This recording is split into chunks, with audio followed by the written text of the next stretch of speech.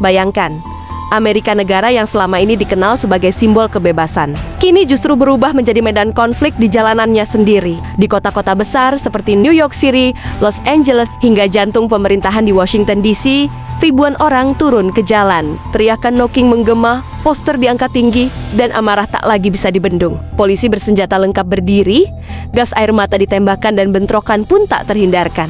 Ini bukan sekadar demonstrasi biasa. Demonstrasi di Amerika ini tak terlepas dari eskalasi ketegangan Amerika Serikat di Iran, yang menyebabkan warga Amerika Serikat sampai turun di jalan. Negara yang selama ini dianggap sebagai pilar demokrasi dunia, kini justru dipertanyakan oleh rakyatnya sendiri. Bersama Jelajah Dunia, dalam video ini kita akan membongkar semuanya, dari akar masalah pemicu utama hingga dampak global yang mungkin belum pernah kamu sadari. Karena satu hal yang pasti, ketika rakyat mulai melawan, sejarah besar sedang ditulis.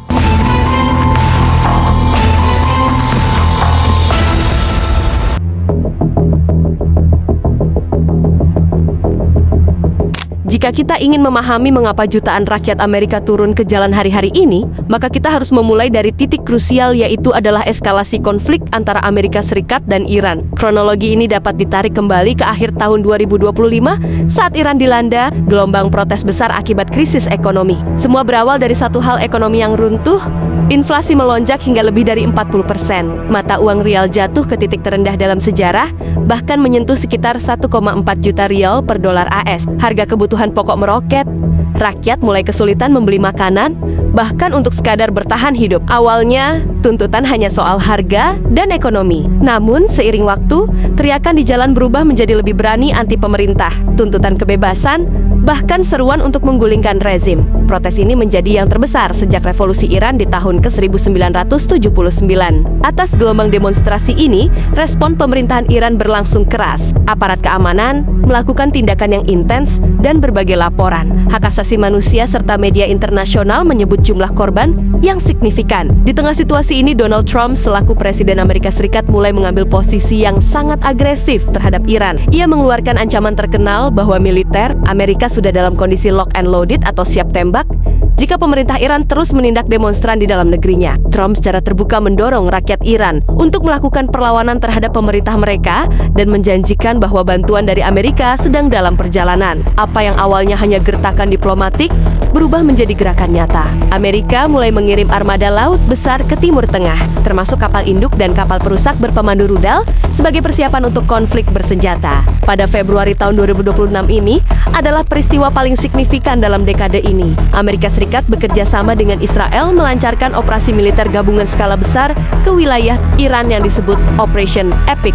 Fury. Serangan udara dan rudal difokuskan pada infrastruktur strategis seperti fasilitas nuklir dan sistem pertahanan udara Iran. Akibat dari serangan gabungan militer Amerika Serikat dan Israel, Ayatullah Ali Khamenei tewas atau terluka parah akibat serangan di Teheran. Hal ini memicu kekacauan komando di dalam pemerintahan Iran. Serangan ini memicu perdebatan hukum besar di Washington karena dilakukan tanpa deklarasi perang formal dari Kongres yang dianggap banyak pihak sebagai pelanggaran konstitusi. Setelah bom pertama jatuh di Teheran, pasar energi dunia langsung bereaksi. Harga minyak mentah dunia meroket ke angka yang belum pernah terjadi sebelumnya dalam hitungan jam. Iran mulai mengerahkan pasukan lautnya untuk mengancam penutupan Selat Hormuz sebagai balasan atas serangan Epic Fury yang memicu kepanikan logistik global. Di dalam negeri Amerika Serikat sendiri, pada Februari menjadi bulan di mana protes anti perang mulai bermetamorfosis menjadi gerakan politik yang lebih luas. Munculnya slogan "No Kings", rakyat mulai turun ke jalan bukan hanya karena tidak setuju dengan perang,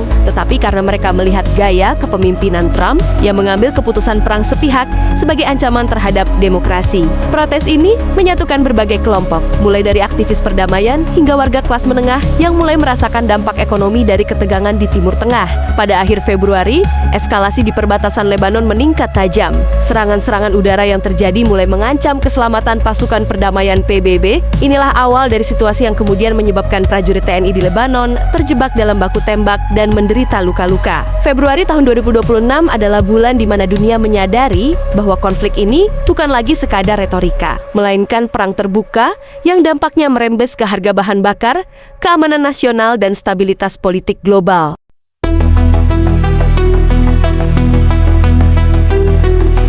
Pada tanggal 7 Januari tahun 2026, terjadi insiden penembakan warga sipil bernama Rene Nicole yang dilakukan oleh agen Federal ICE dalam sebuah operasi imigrasi di Minneapolis. Kejadian ini menjadi pemantik awal kemarahan publik. Insiden ini dianggap sebagai penggunaan kekuatan yang berlebihan oleh aparat. Meskipun awalnya pemerintah menyatakan tindakan tersebut sebagai bentuk pembelaan diri, saksi mata dan rekaman amatir di lokasi menunjukkan situasi yang tidak sepenuhnya mengancam nyawa petugas. Kematian Nicole menjadi api pertama yang membakar sentimen publik. Minneapolis yang memiliki sejarah panjang. Protes terhadap kekerasan aparat segera menjadi pusat demonstrasi lokal yang menuntut akuntabilitas institusi federal.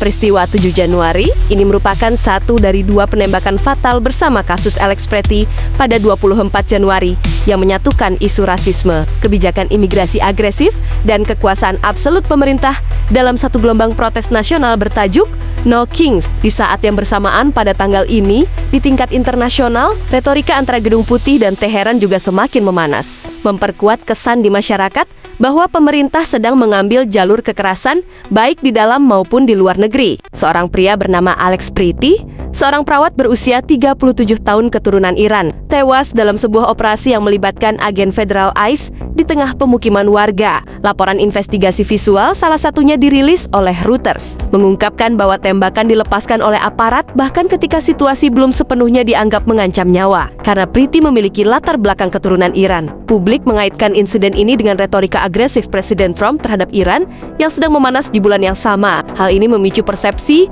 bahwa aparat federal mulai melakukan diskriminasi atau tindakan keras berdasarkan asal-usul negara. Ketegangan meningkat drastis ketika otoritas negara bagian, Minnesota, menggugat pemerintah federal karena diduga menahan bukti penting dan rekaman terkait kematian Pretty. Integrity that effective law enforcement in this country demands. We urge everyone to remain peaceful. We recognize that there is a lot of anger and a lot of questions around what has happened, but we need people to remain peaceful. In the area, we have an unlawful assembly at this time. Minneapolis police have given multiple warnings for the crowd to disperse. We are asking for people to avoid the area and to leave if you are there. We have requested mutual aid from the Minnesota State Patrol and from all our local and county regional partners. Demonstrasi yang awalnya hanya berpusat di Minneapolis menyebar luas ke kota-kota besar seperti New York, Los Angeles, hingga Chicago. Di wilayah seperti San Antonio, Texas, sekolah-sekolah melaporkan penurunan kehadiran siswa karena keluarga imigran merasa takut keluar rumah. Masyarakat mulai membawa dokumen kewarganegaraan kemanapun mereka pergi sebagai bentuk perlindungan diri. Slogan untuk membubarkan institusi ICE kembali menggema dengan basis massa yang jauh lebih luas dibandingkan tahun-tahun sebelumnya. Secara singkat, 24 Januari tahun 2026 adalah tanggal di mana isu kekerasan aparat dan kebijakan imigrasi resmi menyatu menjadi krisis. Kepercayaan nasional terhadap kepemimpinan di Gedung Putih. Di bawah kebijakan Trump, ICE tidak lagi hanya menyasar kriminal berat, tapi masuk ke ruang publik seperti sekolah dan gereja, menciptakan trauma kolektif dan ketakutan struktural di komunitas imigran. Do you agree with the assessment from some of your own officials that Alex Pretty is a domestic terrorist or an assassin? Well, I haven't heard that, but certainly he shouldn't have been carrying a gun. But hey, look, bottom line, everybody in this room, we view that as a very unfortunate incident. Okay? Everyone, unless you're a stupid person, very, very unfortunate incident. I don't like that he had a gun. I don't like that he had 2 fully loaded magazines. That's a lot of bad stuff. And despite that, I say that's a very unfortunate. Masa pelatihan bagi agen baru dipotong untuk mempercepat penempatan di lapangan. Sebagian fungsi penegakan hukum imigrasi didelegasikan kepada aparat lokal atau petugas keamanan lain yang memiliki pelatihan minimal dalam menangani isu-isu imigrasi sensitif. Hal inilah yang memicu tingginya risiko kesalahan prosedur, seperti dalam kasus 7 Januari dan 24 Januari. Ekspansi ini menciptakan apa yang disebut para ahli sebagai trauma kolektif. Di kota-kota seperti Chicago dan Phoenix, aktivitas ekonomi di kawasan imigran menurun drastis karena warga takut keluar rumah untuk berbelanja atau bekerja. Di San Antonio, Texas, tingkat kehadiran siswa turun signifikan. Banyak orang tua memilih untuk tidak menyekolahkan anak mereka karena takut aparat akan mendatangi lingkungan pendidikan. Warga mulai membawa dokumen kewarganegaraan kemanapun mereka pergi, menciptakan suasana ketidakpastian yang mirip dengan kondisi darurat militer di beberapa wilayah. Tindakan ICE yang dianggap melampaui batas memicu sentimen anti lembaga yang sangat kuat. Beberapa otoritas lokal dan negara bagian mulai menolak bekerja sama dengan agen federal dan mengajukan gugatan hukum atas pelanggaran prosedur. No thrones, no crowns, no kings. Isu ekspansi ICE menjadi salah satu tuntutan utama dalam aksi No Kings pada 28 Maret tahun 2026, di mana jutaan orang menuntut pembatasan kekuasaan lembaga federal tersebut. Ekspansi ini bukan sekadar masalah kebijakan imigrasi, melainkan telah berubah menjadi krisis hak sipil yang membelah masyarakat Amerika Serikat antara pendukung keamanan perbatasan dan pejuang hak asasi manusia.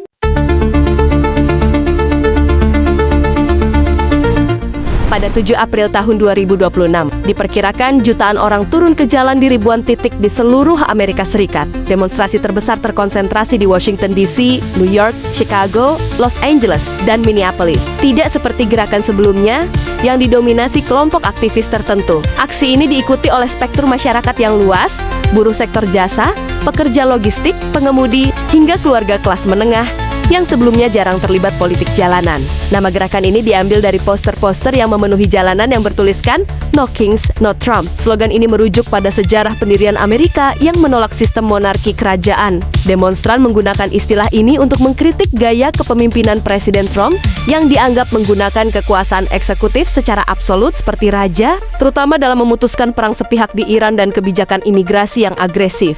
Rakyat menuntut kembalinya sistem checks and balances, pengawasan dan keseimbangan, dan menuntut agar presiden tunduk pada konstitusi, bukan memerintah dengan perintah eksekutif semata. Aksi pada 28 Maret ini menjadi unik karena berhasil menyatukan 3 keresahan yang sebelumnya terpisah menjadi satu agenda besar, menuntut penghentian segera konflik militer dengan Iran dan Operation Epic Fury, menuntut pembubaran atau pembatasan ketat terhadap ICE setelah serangkaian penembakan warga sipil pada Januari, protes terhadap lonjakan harga bahan bakar dan biaya hidup yang meroket akibat ketegangan geopolitik.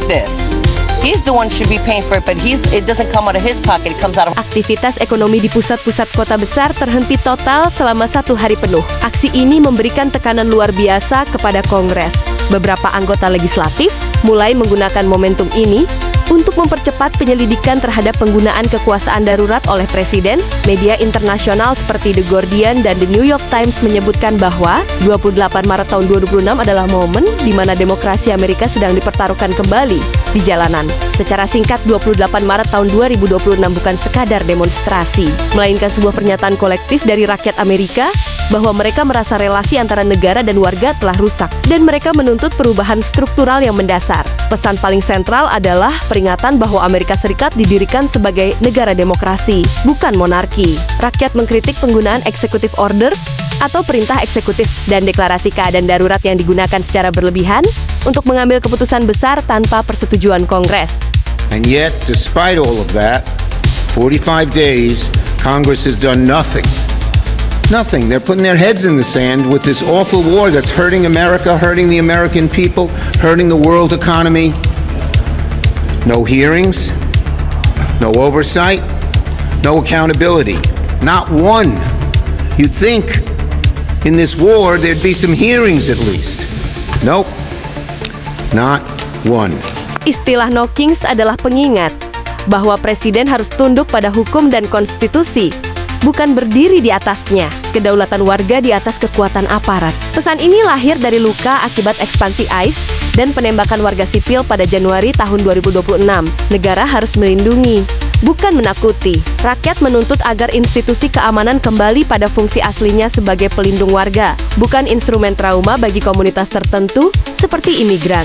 Adanya tuntutan tegas untuk akuntabilitas, radikal terhadap aparat federal yang melakukan kekerasan tanpa prosedur hukum yang jelas. Demonstran mengirimkan pesan bahwa keputusan untuk berperang di luar negeri, seperti di Iran, memiliki dampak langsung yang merusak di dalam negeri. Yang perang mereka, yang terkena beban kita. Rakyat menyadari bahwa eskalasi militer adalah penyebab utama lonjakan harga energi dan inflasi yang mencekik kelas menengah. Pesan utamanya adalah mendesak pemerintah untuk memprioritaskan stabilitas ekonomi domestik dan diplomasi daripada konfrontasi militer yang tidak berkesudahan. Demokrasi tidak pernah selesai dibangun. Ia harus terus dipertarungkan oleh warganya. Rakyat menegaskan bahwa kedaulatan tertinggi berada di tangan masyarakat, dan mereka memiliki kapasitas serta hak untuk melawan ketika kekuasaan dianggap telah melampaui batas-batas kemanusiaan dan hukum.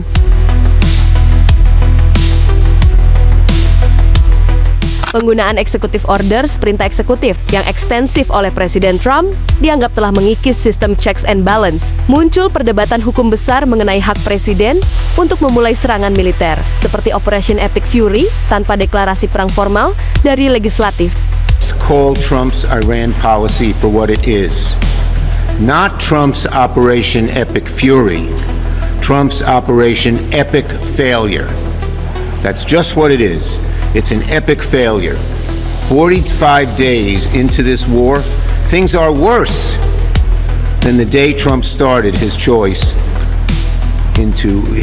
of putting us in war. Kongres mencoba membatasi anggaran militer dan mengajukan investigasi, namun sering terbentur oleh polarisasi partai yang tajam. Mengutip pemikiran dalam buku How Democracies Die, narasi ini menyoroti bahwa ancaman terbesar bagi demokrasi bukanlah pelanggaran hukum secara terang-terangan, melainkan pelemahan norma-norma tidak tertulis. Ketika presiden mulai menguji batas kekuasaan dan mengabaikan tradisi konsultasi antar lembaga, struktur demokrasi mulai goyah. Personalisasi kekuasaan, di mana keputusan terpusat pada figur individu menggantikan proses institusional yang kolektif.